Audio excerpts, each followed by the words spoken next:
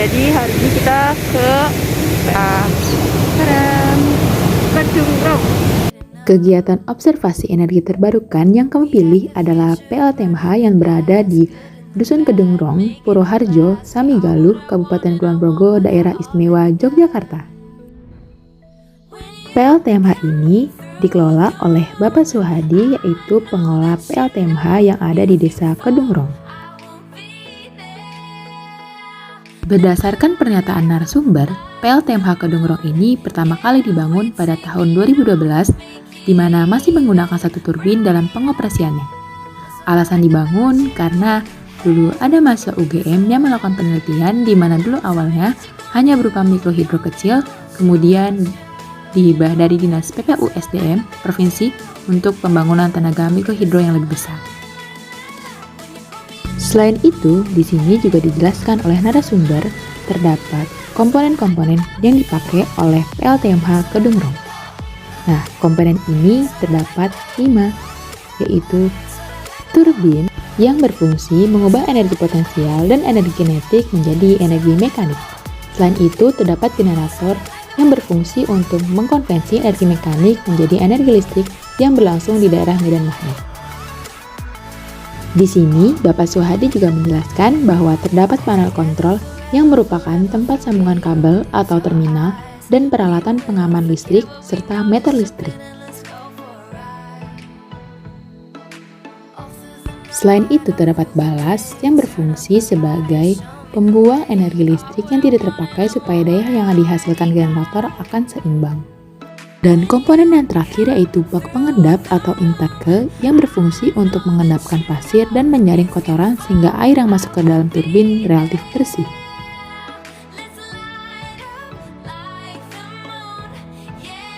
Pada prinsipnya, PLTMH Kedungrong ini memanfaatkan beda ketinggian serta debit air per detik yang disalurkan melalui pipa dan bersumber dari aliran yang mengalir seperti sungai. Kemudian dari aliran air tersebut akan memutar poros turbin yang telah dihubungkan ke generator. Nah, dari generator inilah yang menghasilkan daya listrik. Debit air yang dihasilkan pada musim hujan atau kemarau di Dusun Kedungrong ini sama saja. Jadi, tidak mempengaruhi debit air yang akan digunakan. Daya yang dihasilkan oleh PLTMH Kedungrong ini juga cukup besar loh, yaitu sebesar 15.000 kW. Nah, untuk penggunaannya yaitu sebagai penerangan rumah, penerangan jalan, pertukangan, perbengkelan, serta UKM mesin seperti penetas telur. Daya listrik yang dihasilkan oleh PLTMH ini juga digunakan oleh 50 kepala keluarga di dusun tersebut. Nah, berikut ini adalah hasil wawancara kami bersama Pak Suhadi. Jadi untuk PLTMH itu kapan dibangun? PLTMH Kedungrong itu yang pertama dibangun tahun 2012, satu turbin, terus yang satu lagi tahun 2015, ada 2, sampai saat ini ada 2. Tapi untuk pengoperasiannya kita tidak lihat, ya ada satu jaringan, jadi 2 turbin tapi 1 jaringan. Jadi kita untuk pengoperasiannya kita tidak lihat. 10 hari, kadang 15 hari. Kalau misalnya kayak alasan dibangunnya ini tuh apa sih kalau berdirinya ini gitu dari awalnya itu? Yang jelas dulu ada mahasiswa dari UGM. Dulu untuk penelitian.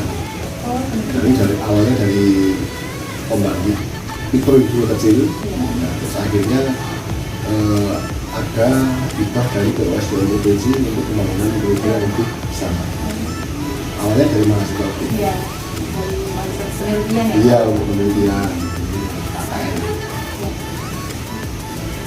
Terus penggunaannya PLTMH ini berapa itu?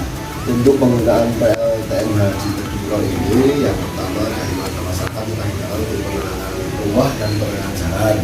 Tapi juga di sini ada UMKM. Satu ada yang untuk pertukangan juga, ada yang untuk kelas juga dari rekan-rekan yang mengenal di bidang bengkel, terus ada yang untuk penerangan UMKM contohnya untuk seperti pembuatan mesin pengetas telur. Nah, itu juga ada. Iya. Jadi naik ke kayak bisa ini juga Pak?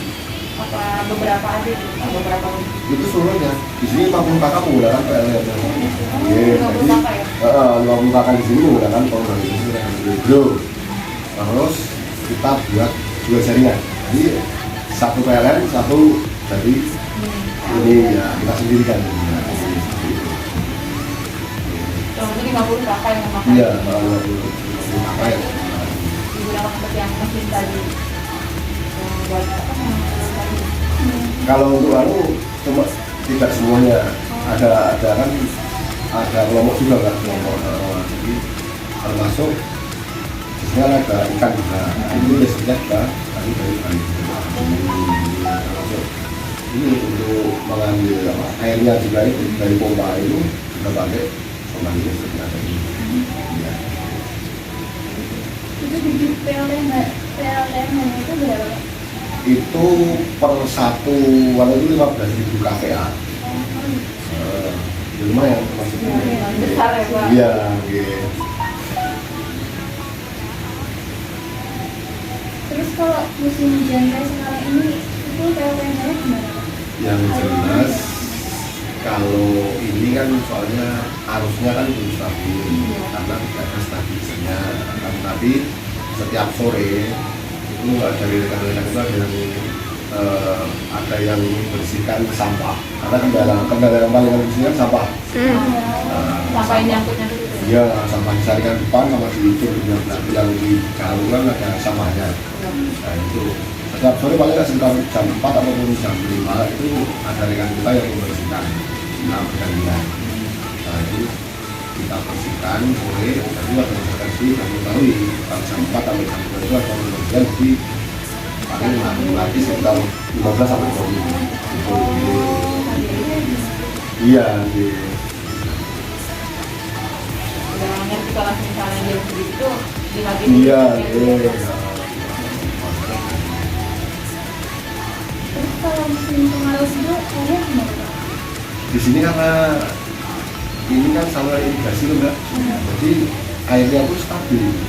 Kalau kemarau? Iya, tetap musim kemarau pun tetap airnya debit airnya tetap sama. Kalau musim karena itu kan pintu airnya kan di kali bawah. Iya. Jadi kalau walaupun musim hujan ya tetap segitu, musim kemarau juga sama. Tidak ada pengaruhnya. Iya. Nah itu cuman kalau pas musim hujan seperti ini memang sampahnya itu lebih banyak. Oh, berarti Iya. kalau musim hujan itu lebih banyak sampah. Iya, Dalamnya itu. karena sayuran dari atasnya itu mungkin banyak sampah yang mulai ke sini. Jadi sampahnya itu sampah yang lain itu sampah plastik Iya. yang paling susah sih. Iya, karena kalau udah nyangkut susah. Iya, sampah plastik jenis minyak Iya. itu yang paling tebel. Kalau sampah plastik yang tipis-tipis mungkin bisa di dalam itu bisa, tapi kalau enggak itu. Kalau nggak dibersihin gimana Pak? Kalau dibersihin nanti mati. Maksudnya nggak di. Iya, karena itu kan saringan yang di atas itu kan ini kena ini ya, sampah. Oh iya. Nah itu Jadi bisa. ya tidak ada air yang masuk ke turbin. Kelebihannya penggunaan PLN lainnya apa sih Pak? Yang jelas warga masyarakat di sini ini merasa terbantu dengan adanya itu, khususnya masalah pembayaran tiap bulan. Oh gitu. Ya, karena kita kenakan iuran. Kita ini bukan tarif dasar ya, tapi iuran. Ini iuran per kakak itu 12.000 Setiap bulannya? setiap 35 hari. Oh. Bukan setiap bulan, tapi per 35 hari. Itu 12.000. Untuk yang 2.000 itu untuk penerangan jalan, yang 10.000 itu untuk yang di dalam rumah, pakai rumah sama untuk yang rekan-rekan yang membersihkan sampah. Sampahnya setiap sore itu ya? Iya. Per 35 hari itu 12.000. 12.000 ini. Ya. Kalau kekurangannya sendiri di PLN ini apa?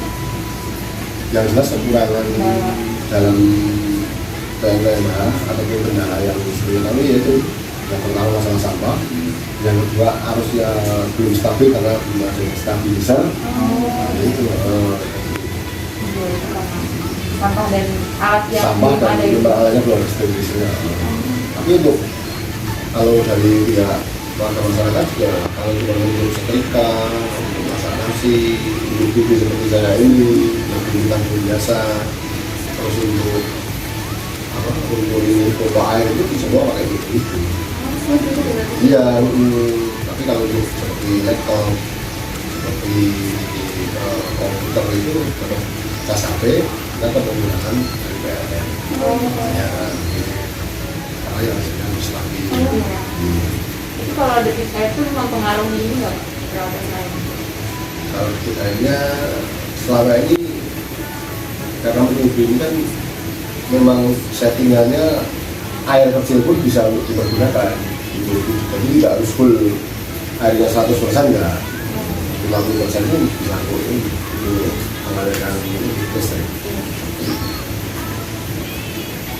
Komponen alat yang digunakan buat PLTMH ini apa aja? Alat yang digunakan Itu maksudnya itu kayak apa sih harus memakai apa? Yang alat-alat yang digunakan untuk membuat ini tuh Pak, Yang buat alatnya apa? generator. Ya, ada apa aja? Ada panel pengatur listrik, terus ada balas. Balas itu untuk menampung sisa arus listrik yang tidak dipergunakan pada saat siang hari. Kalau malam hari kan jelas warga masyarakat menggunakan semua. Iya.